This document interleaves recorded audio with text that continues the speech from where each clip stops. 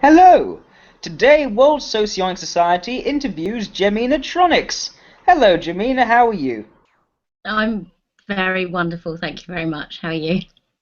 I am well. I just had dinner and I had banana cake, and I like banana. Yeah, also took the piss at my brother, which is pretty fun. But yeah, I won't go into that. Okay, question one. How did you get into typology? Um, Typology or psychology? First typology, then psychology. Okay. Typology was sprung upon me.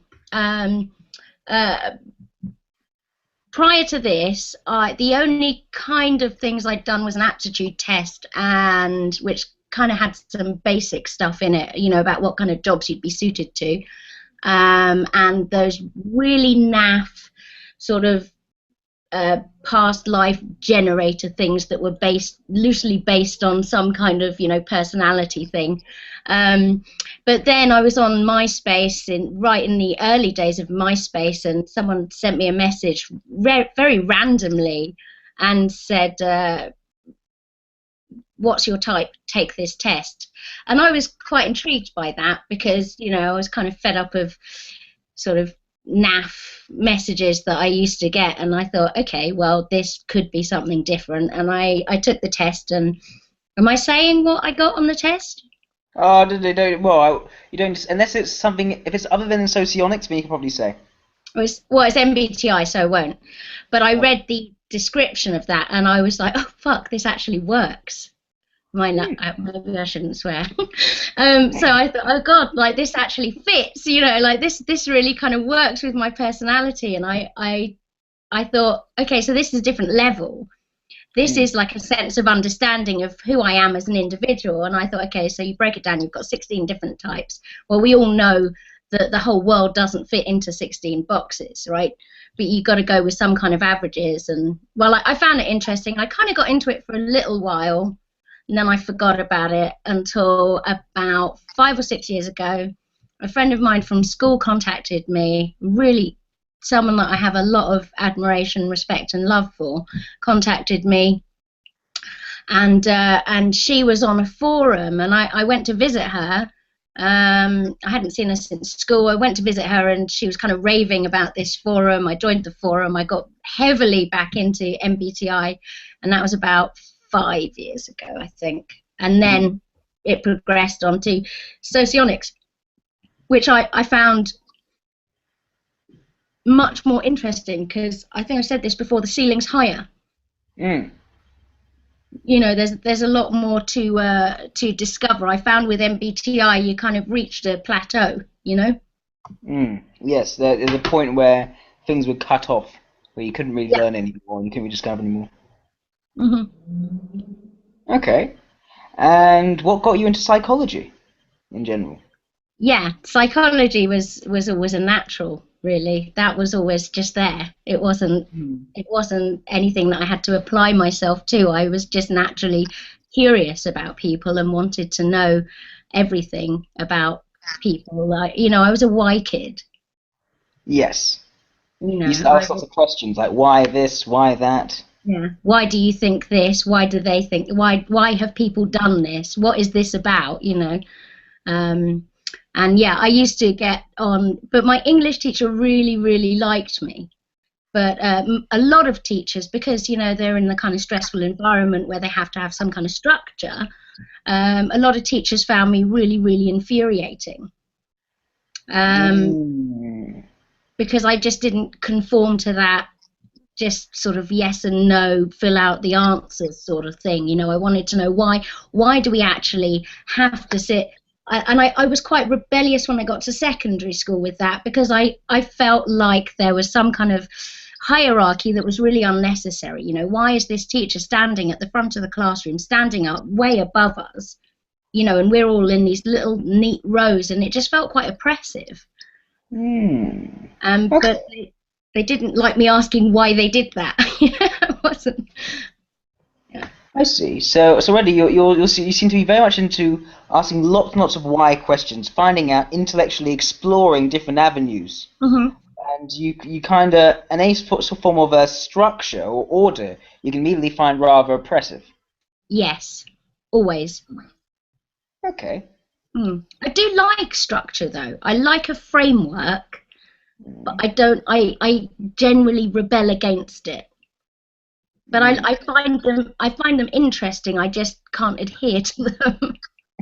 So if they're a tool of understanding, Yes. you're all right with them. But as soon Yeah. as you feel as if you're putting things into boxes or sorting things in a certain way, then you have to especially if it results to you being sorted in a certain way, Yeah. then you kind of Absolutely. throw off the shackles, as it were. Yes. Exactly. So any pressure.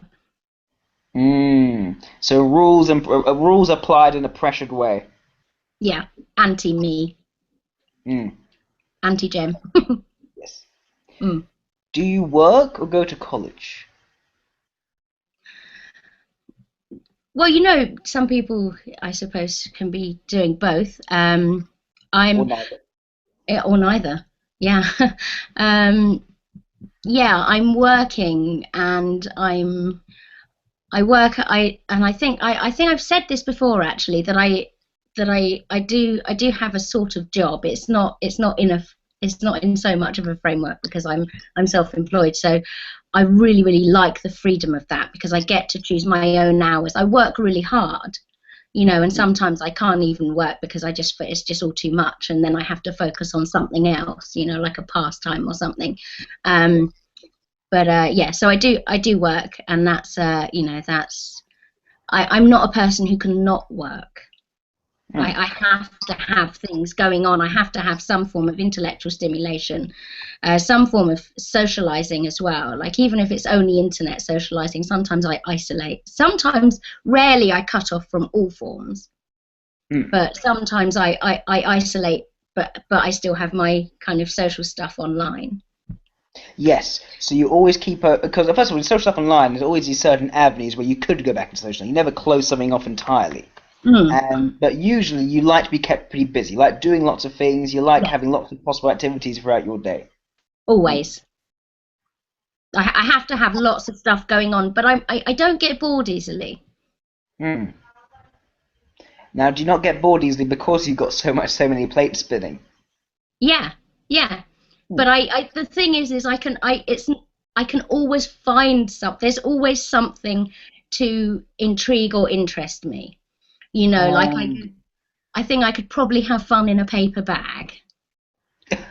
I see. So in other words, it's not simply the case that you're the sort of person who needs someone to entertain them with new possibilities. Rather, Hmm. you are very good at finding the interesting things in life, Yeah, finding where the possible avenues are, and then going and appreciating them.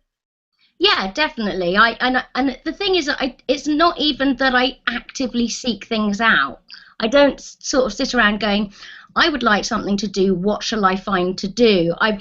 It's like the things are there, and I kind of go, what's this? What's this? This is really fascinating. And then oh, but that's also very fascinating. And then it's all full. It's always Yeah, full. Like I always have a full cup. exactly. You're very confident in already finding interesting things in place. You don't Yeah, actually have to apply yourself to do it. It's almost effortless. yeah, yeah, yeah, yeah, definitely.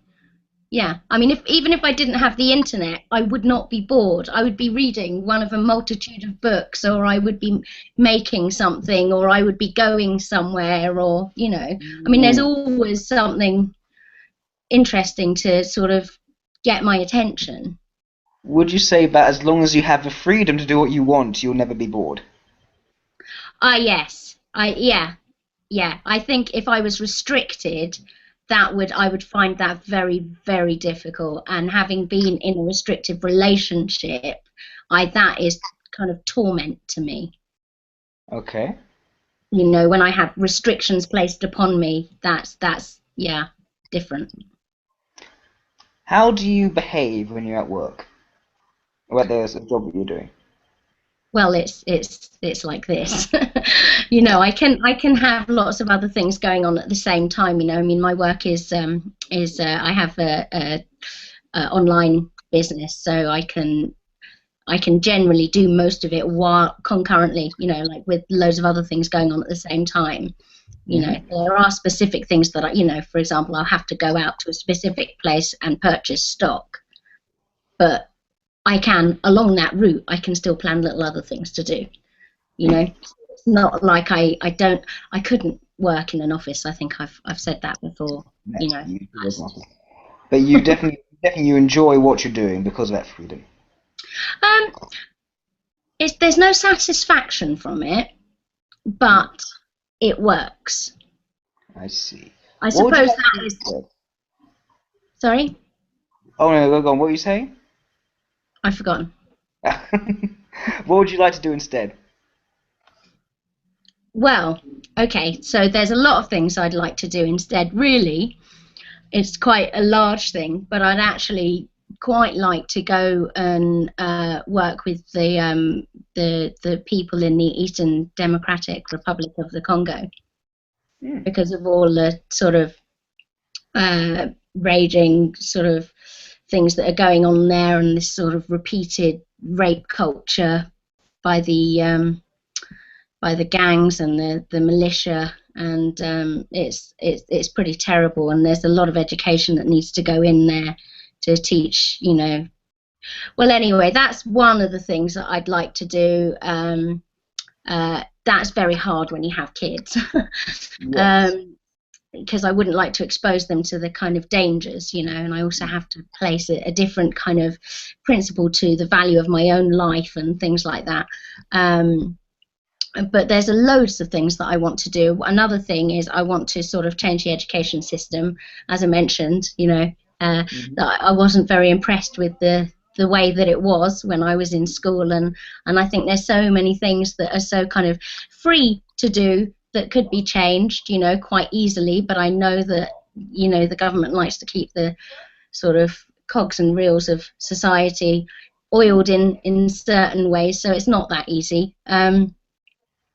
But yeah, I mean, there's a million things I really want to do, and I know I've said this so many times, and I'm kind of getting a bit loath to express this wish to do this open degree, because I've been talking about it for about 5 years. But I'd really like to do an open degree. That does sound interesting. And the idea that if it's open, you can then you have a freedom of time. You're not limited by any sort of structure when you're doing it. Yeah. I mean, I've spoken to the people at the Open University so many times now, because I'm always phoning up and saying, okay, so what courses do you have this year, and you know, and if I start, then what happens with this, and what about student loans, and what about this, and they're probably quite bored of speaking to me, but I always like to find out, you know, what's kind of coming up. Yeah. You always like to, as I guess. You're always interested in being informed on the latest stuff that's happening. You almost need to understand what the novel opportunities are, and then you can jump on them as soon as you see them. Yeah, exactly. I want to know what's going to be happening, so that in the event that I have the time, the money, and the inclination to do it, I know what to expect then. I see. And I can fit it all in, hopefully. How do you behave when you're at home or on your own?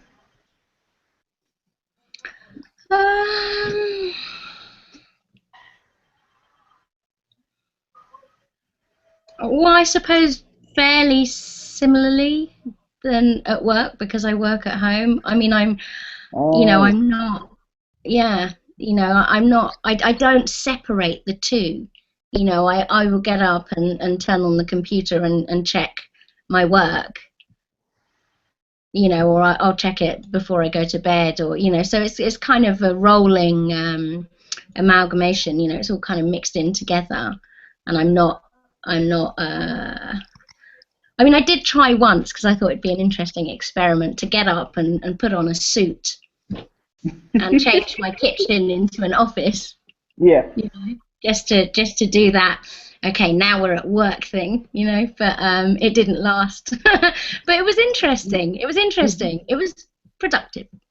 Do you tend to find that these experiments don't last? Yeah, always. I have loads of experiments. Like I'm still making a unicorn. You're making a unicorn? A paper mache unicorn that's going to go on the ceiling. For a second I thought you caught a horse in a net. No. Well, yeah, and just stuck like a big shell horn on it or something. They do exist, Jack. Come on. Okay.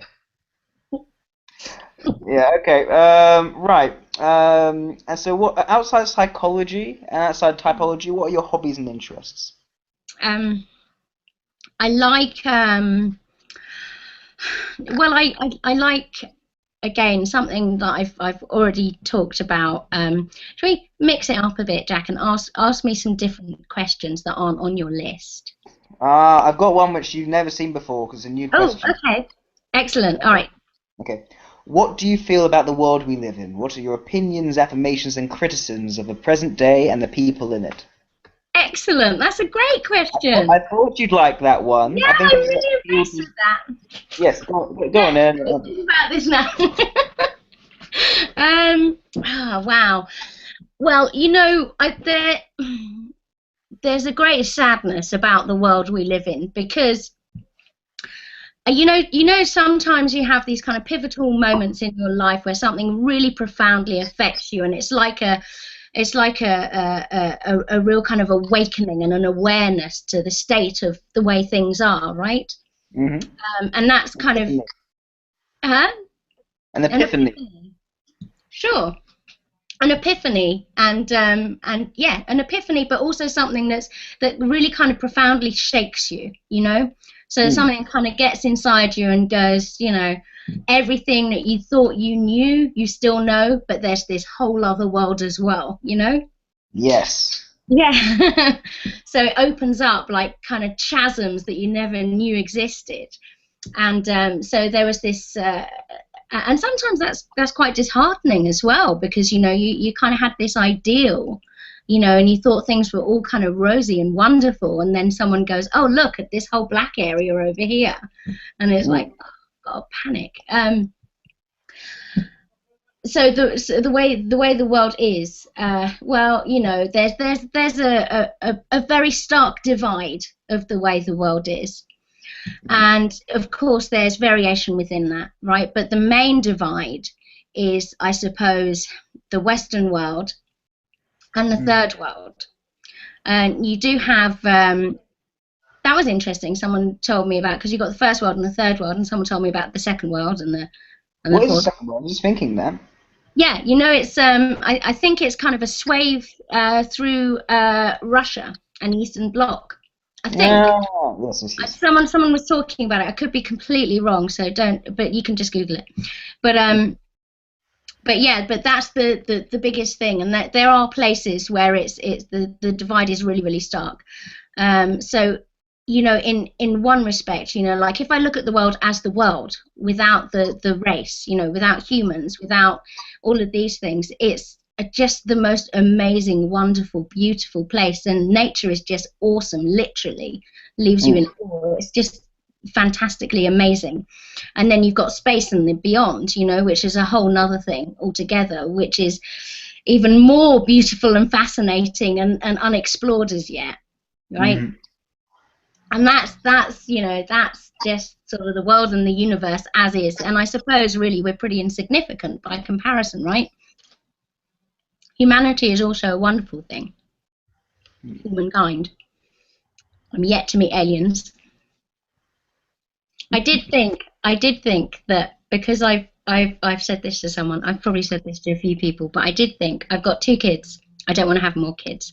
But if we manage to terraform Mars quickly enough, I would have another baby on Mars just so I could have the first Martian. That's a good idea. How cool would that be? And also to satisfy the average average family number, you should have just half a kid on Mars. What? Oh, what? And then do like this kind of 2.5 kids. Oh, right, okay. That's what you mean. No, I know what you could do. You could have a kid with a Martian, and there would be half humans. You have 2.5 human kids, but the other half would be Martian. My mind doesn't want to do the maths on that one, Jack. Because I was actually thinking about, how you can't, as a pregnant woman, you can't go on a flight after you're 6 months pregnant. Yeah. What I was thinking is, like, you kind of go into labour on Earth and traverse on a trajectory towards Mars and actually give birth on Mars. You need to be careful. You don't give birth in the middle of hyperspace. Yeah, but then it's like, what is it called? International waters, right? When you're on the sea or in a plane, right? So what is it? It's intergalactic Oh, you know, spillway. you broke your water. Your waters broke internationally. Intergalactically. That's so cool. Yeah. Okay, this is becoming too much of a certain kind of conversation which our two types would have if we were together. Yeah. Right. Okay, so install some sense, Jack. Install some sense. Right. Okay. Anything else? Like, what are your would you say your criticisms of present day? You want to kind of create these new education systems. Like, you want to go and actually change your education system so it's less forcefully structured. Yeah, I mean, I wouldn't do it myself. I'd have communications with people and discuss how it should be done. I wouldn't actually go and implement it myself, but I'd like to be part of the kind of, I suppose, think tank. But there's such a negative connotation to that now. But you know what I mean, like part of that whole process. But really, it's not only so that it's not so structured. That is a big part of it, but it's not only that, but it's more about things like emotional health, and sort of emotional health and getting the sort of most out of the child's natural abilities. Yes. Because it's all about the potential of the child. Yes, because the education system strives to get C grades across the board. Mm-hmm. Especially in secondary schools. It's different if you get to university, but as we know, not everyone gets to university, right? But there's something to be said for schools that have specialities now, which is kind of going in that direction. I think that's a good thing, as long. What are your good and bad bits? Oh, right. Okay, so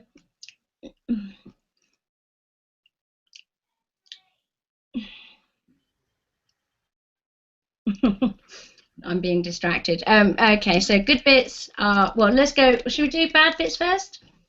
Bad bits are, I suppose I'm quite emotionally driven, which actually is a positive as well. But it means that sometimes I can't get things done because I'm not in the right headspace. Like, I really have to apply myself to certain things, which I find difficult. Mm-hmm. I can't just tackle unless I'm in the right zone. Mm-hmm. Yes.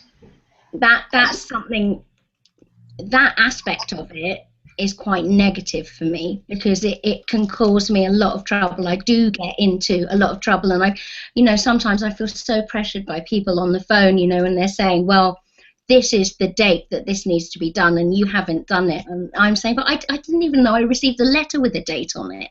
And they're like, well, we sent it to you 3 weeks ago. I've got a pile of unopened letters. How am I supposed to know this? I could get really stressed out about it. So but I have to be in the right space to tackle that pile of letters, Yes. So that's it has negative consequences. Yeah, both focus on your personal feelings. Like, although you're very clearly someone who's very emotionally expressive, you do have your values kind of sit on your own feelings, and you kind of need to be in the right headspace to do things. And also, there's this lack of tendency to actually want to discipline yourself into doing something you don't want to do. Yeah. Your interest kind of comes first. Yeah, but sometimes I'd like the discipline, but then I naturally rebel against it. So it's a bit of a vicious cycle, that one, Mm-hmm. Maybe you need the right kind of discipline. Yes, I do, Jack. You're going to help me with that. You're going to find the right person to give me the right kind of discipline. That's your job. Yes. Right. Okay. How are you with family? You see the bit of it. Well, you've seen my daughter. Like that. That's something that requires the patience of a saint. But she's marvelous. The thing is it doesn't really upset me so much. It really upsets my son. But the way she is, I actually kind of, I think it's quite interesting. You know, the only difficulty I have is that I feel like I need to explain things to her, when sometimes I should just allow her to be, because when people allow her to be, there's not so much argument. But sometimes I feel the necessity to explain to her why something is going to impact, how something's going to impact another person, so if she calls someone fat or something, I feel that it's necessary, rather than just saying you don't do that, I feel it's necessary to explain why you don't do that. Whereas sometimes she just needs the rules. Yeah. Right. But anyway, I'm going into personal things now, but that's so, but within my family, I am probably the negotiator. Yes. And you prefer to sit down and talk to them rather than just lay down the rules on them. Always. But my family is well, I don't know if I've told you their types, but I know their types, and we're all pretty. We're none of us particularly confrontational, or that together, really. So we tend to have a great time when we're hanging out. Yeah. But organising it isn't so easy. But I'm probably the most together, which is saying something, because I'm not a very together person. Well, you are older than your kids, so you probably had more time to work out your kinks. Oh yeah, but I don't mean just with my kids. Actually, my son is more together than me, and he's 14. Oh. He's really together. I meant with my brother and my mother. Okay. I tend to kind of organise. Well, sometimes my brother will give us a call and say, "Hey, everyone, pile over for a Sunday lunch." Or my mum will, but I tend to sort of orchestrate more of a regular thing, which is not that natural for me. That's something I've taken up fairly recently. I see. How are you with friends?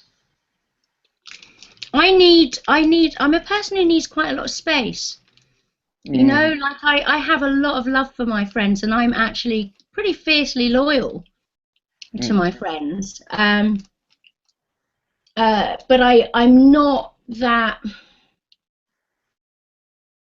reliable in a sort of concrete way, if that makes sense. Like if I'm struggling with something and someone gives me a call, I will have to say to them, look, I'm afraid that I really do not have the right tools at the moment to deal with this situation. Because I'm far too focused on something else, and that's not because I don't love you or care, it's just because I can't give you what you need right now. See what I mean? Yes, so you got that sort of, your relation, you're tied to that person, your ties with people are very important, but at the same time, you can't, not a person who's just put down what they're doing and display that solidarity with someone at any moment. Yeah, I can do that, and I'm quite good at doing that. I'm just not very good at obligation. Yes, when there's like almost like a group obligation for people to show solidarity with this particular thing. You can't do it. It's more when you feel like it.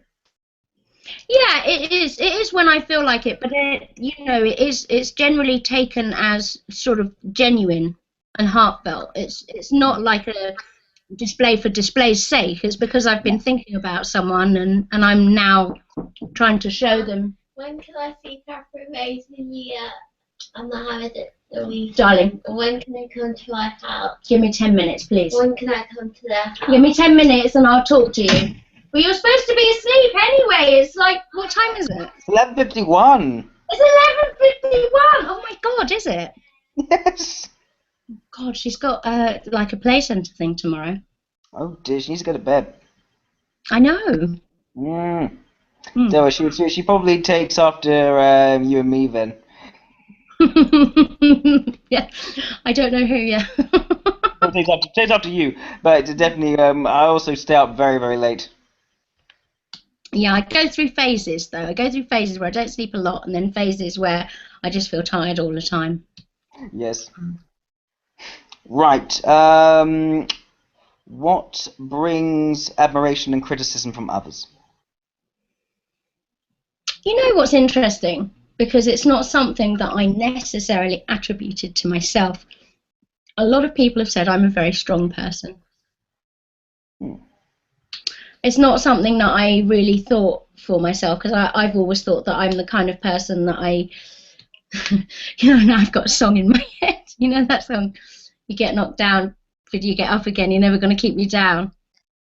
I've got that in my head now, because I am someone that I do get knocked down, and I do, like, every now and then I kind of have this total loss of faith in humanity, where I feel like everyone's just, so messed up, and, it's all kind of impending doom, and then I kind of, shake myself out of it, and then, it's kind of, the world can be a rosy place again, So I do, I do have those, yeah.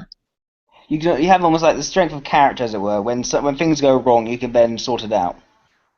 Yeah, but I crash. I do crash, and I do the whole kind of weeping, can't cope, everything's terrible, blah blah blah thing, but then I tend to always claw my way out of a situation. Yes. Yeah. Got good resilience. I was told by a counsellor that even though all of these various things that have happened that I won't talk about, she said there is something inside of you that is very solid. She said it seems like, even when all the windows of the house break and the doors knocked in, the foundations are still laid. Yes. Anyway. You can take a knock, but you won't go down for the count. Yeah. Okay. What brings admiration and criticism from yourself? Oh, so what brings criticism from yourself? I'm probably going to say something that's not even that typical for the type that I self-type as. Go on. I give myself a really hard time because I think I can do better. Like I think I've handled something poorly. I try and not give myself a hard time because I know I'm only human. Yeah. But there is a nagging voice in the back of my mind that says, "You didn't handle that very well, Gem. Like you could have done this. Like you went off the handle." And you could have remained calm, like you've got to work on that. So I suppose I criticise. One of my issues is self-criticism, probably. And specifically, it's a self-criticism of you could have improved in this area. You could have done this better. There is a way in which this could be handled in a more effective manner. No. It's nearly midnight, Louise. I don't care. Oh God. Okay. That's lovely. Okay. I'm gonna wear that. Okay. My daughter has decided that she's going to be a Muslim, you see. I see. She's showing you her scarf, how she's going to wear it. Oh. Yeah. So she's already decided the religion of the man she's going to marry. That is very very well thought out. It's the problem is she does really stick to things, so I don't know what's going to happen, but I'm trying to explain to her the religion is not as simple as I'm going to be this, like there has to be, so there's a lot more to it than there's more to it than what you wear at the wedding. Yes. That's quite important as well. But we shall see, she can do what she likes as long as she's happy. Yes. Okay. Where were we? Criticism. Oh yeah, criticisms. So I suppose I am quite self-critical. Yes. And I do.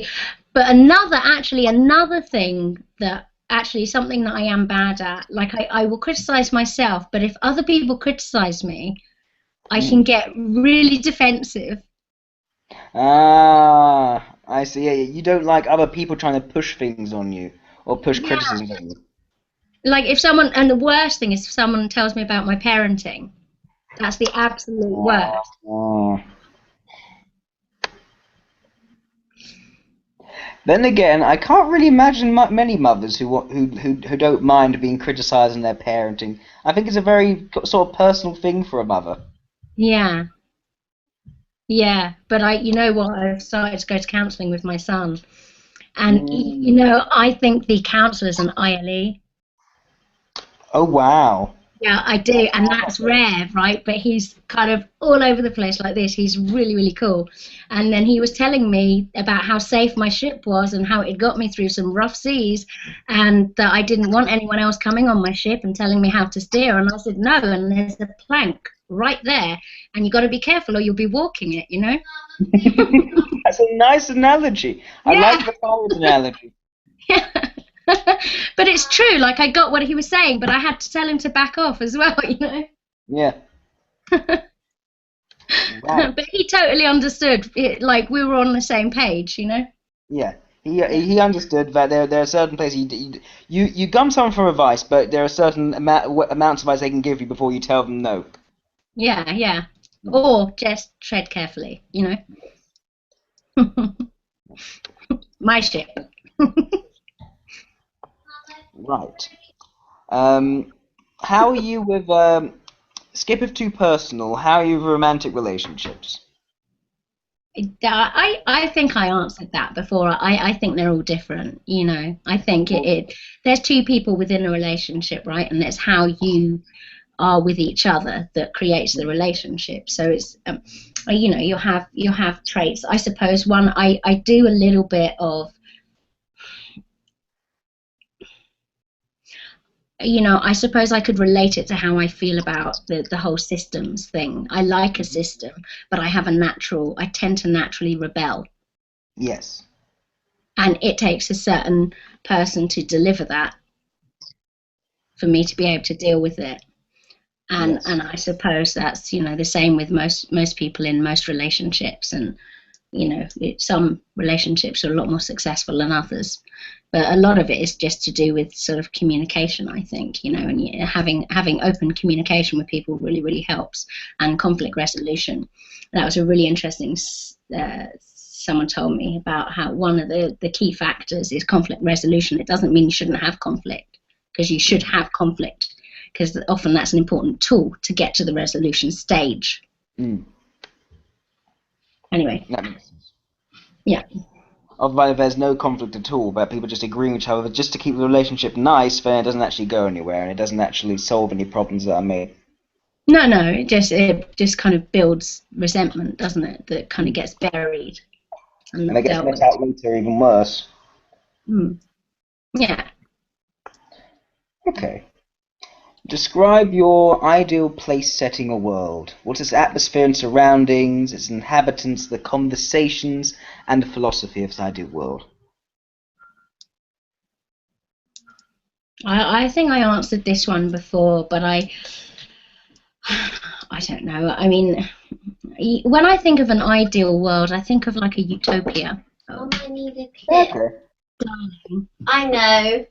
It's not until the future. Louise, it's midnight, and I'm going to have to don't care. I'm going to have to be strict with you, young lady. Now go to bed right now. It? Right now. Then I'll go to bed. Right What do you now. think?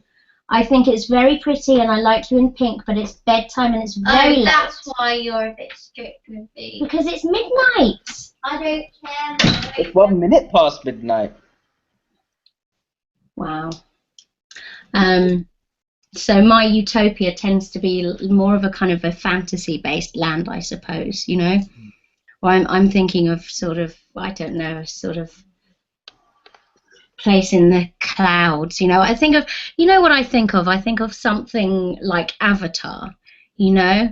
Yes. Like the sort of, there's a kind of a tribalism, but there's also something kind of uniquely futuristic where we're so kind of at one with our environment and so in harmony with each other, and our communications are on a different level. And sometimes I think that is what the world needs, is just to go back to basics. Yes. but with go back to basics, but with the intelligence and the progression, you know, with our newfound knowledge, to then strip it back, strip away all the kind of fake and the plastic and the. But you know, I'm not naive enough to think that that's kind of really easy. And I mean, think about it in a way. Could we really go back to basics while at the same time retaining our knowledge? Or by going back to basics, isn't our knowledge the byproduct of our knowledge all that tackiness and fakeness which we have? Yeah, well, yes. It's a byproduct, but it's also like a waste product. It's not really necessary, is it? That's true. So you think we can keep the wisdom that we've acquired without and get rid of the waste that we've accumulated through acquiring that wisdom. But use it to harmonize. You know, like there are, like I like the idea of you know, using intelligence to communicate with not only each other but our environment. To harmonize with your physical surroundings. Yeah, and everyone. I mean, everyone is, but they're just not aware of it. You know, like I certainly believe, you know, I just imagine that there's these kind of like thousands and millions of sort of invisible strings that kind of connect everyone up in some way. But no one's aware of that. You know, it's not like a half-baked tinfoil hat theory. It's just an idea, you know, that there is something. I believe that there is something that binds us. That binds like each individual together. Yeah, there's like some kind of, you know, you might think of it like a higher power or spirituality or God or, you know, whatever you believe in.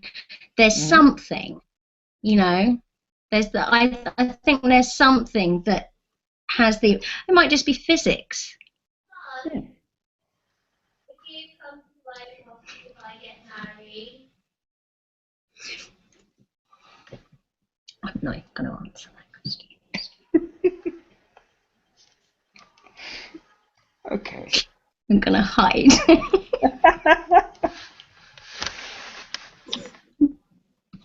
That's something forward to 2018. 2018. 2020, actually. Oh. 2020. 2020? So in 6 years, she's going to get married in 6 years.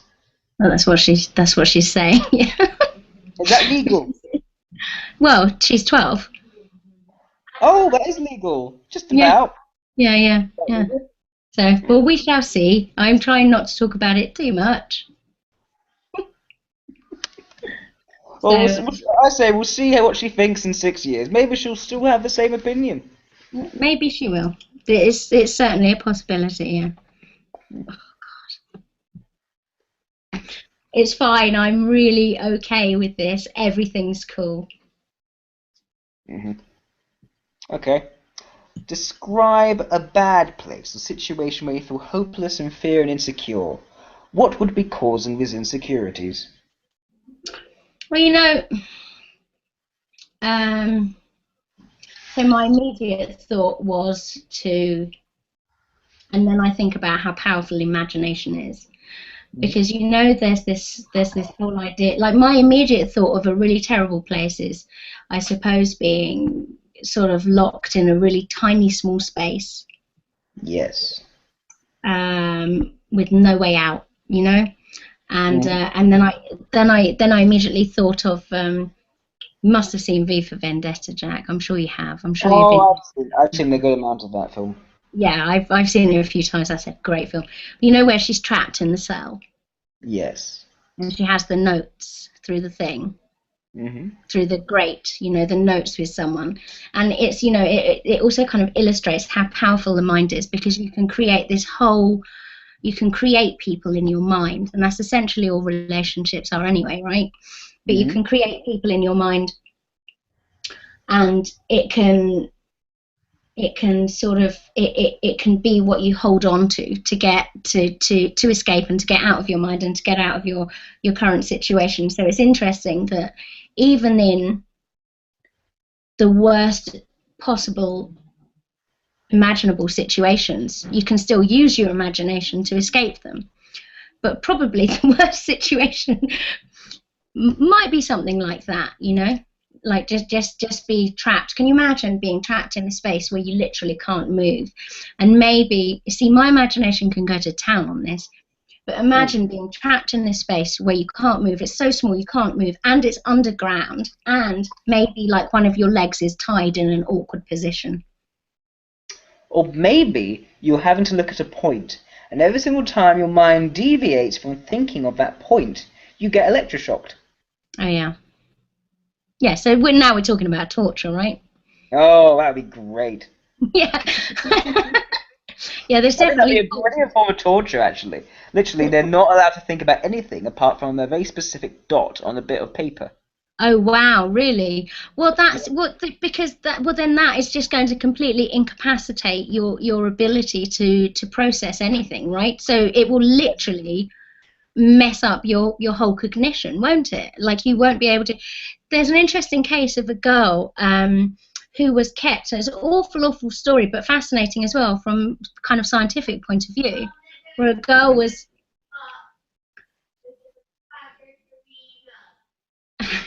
A girl was tied to a chair from being a baby. She was abused, you know, she was neglected, severely neglected. She was tied to a chair, and they didn't know if she was born, because she wasn't found till she was 12 or something. And they didn't know if she was born with some you know, brain complications, or if it was because of a lack of any stimulation whatsoever, because she was literally tied to a chair from, well, as far as they knew, forever, because no one knew she even existed.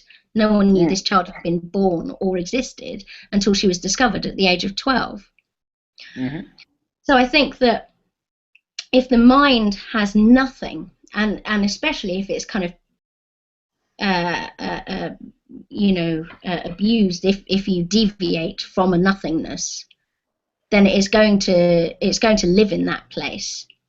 Yes. That's another interesting point. You know, Game of Thrones, you know that character, was it Theon? Yes, Theon Greyjoy turns into Reek. Yes, exactly. There you go. Then your dot is Reek.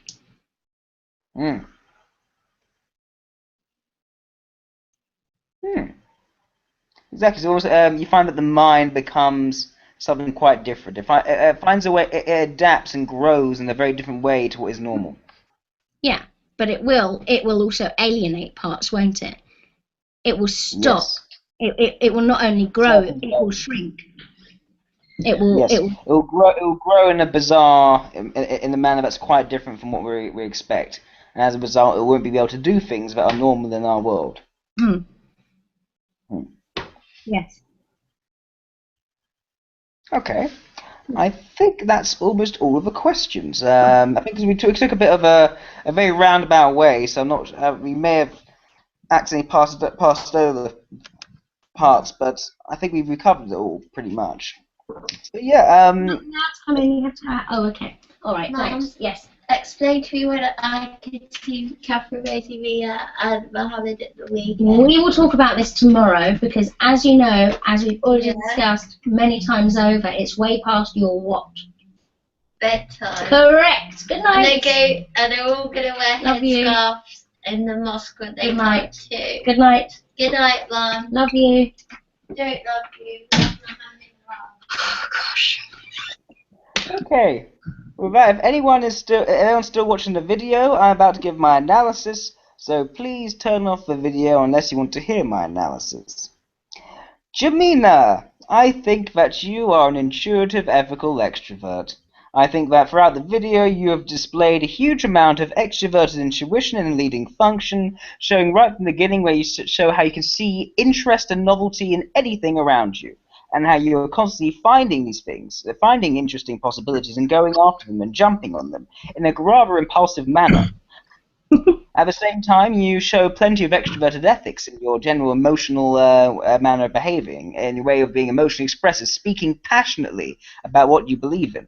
However, I find that your introverted ethics is more valued as a creative function. You seem very much about your personal feelings. Very much, if you're not in the right headspace, you can't really settle down to do something. And you seem to be motivated by your personal values in pursuing things that you feel are like food for your soul, as it were, areas which you feel you can actually develop personally. There is a critical part of you, but I do think that may even be your aspirational, mobilizing, extroverted logic. You feel as if you could have done something better. You could have improved in that area. I feel you're someone who really wants to be someone who becomes more competent and more productive and better at doing things in a productive manner. And finally, we can see a very clear superego block where you can't stand the idea of rules being forced upon you. There's the the forceful part of it, the extroverted sensation, but also the introverted logic specifically, the idea of being structures and orders, people being in neat rows, and you feel this completely goes against your idea of being free to do whatever you want when you want. The introverted logic is something which you see as an obstacle to your extroverted intuition. I see it being, especially the forceful application makes it worse. However, at the same time, we see a certain amount of extroverted sensation as a role form. You're not so good at forcing yourself to do things you don't want to do, but you do have quite a bit of fight in you, and you're someone who can take a knock without crumbling entirely, and you're someone who can come across as a strong person at the end of the day. So yes, overall, I'd say that intuitive ethical extrovert is the right type for you. Hooray! Yay! So with that, it's bye from me. And goodbye from me.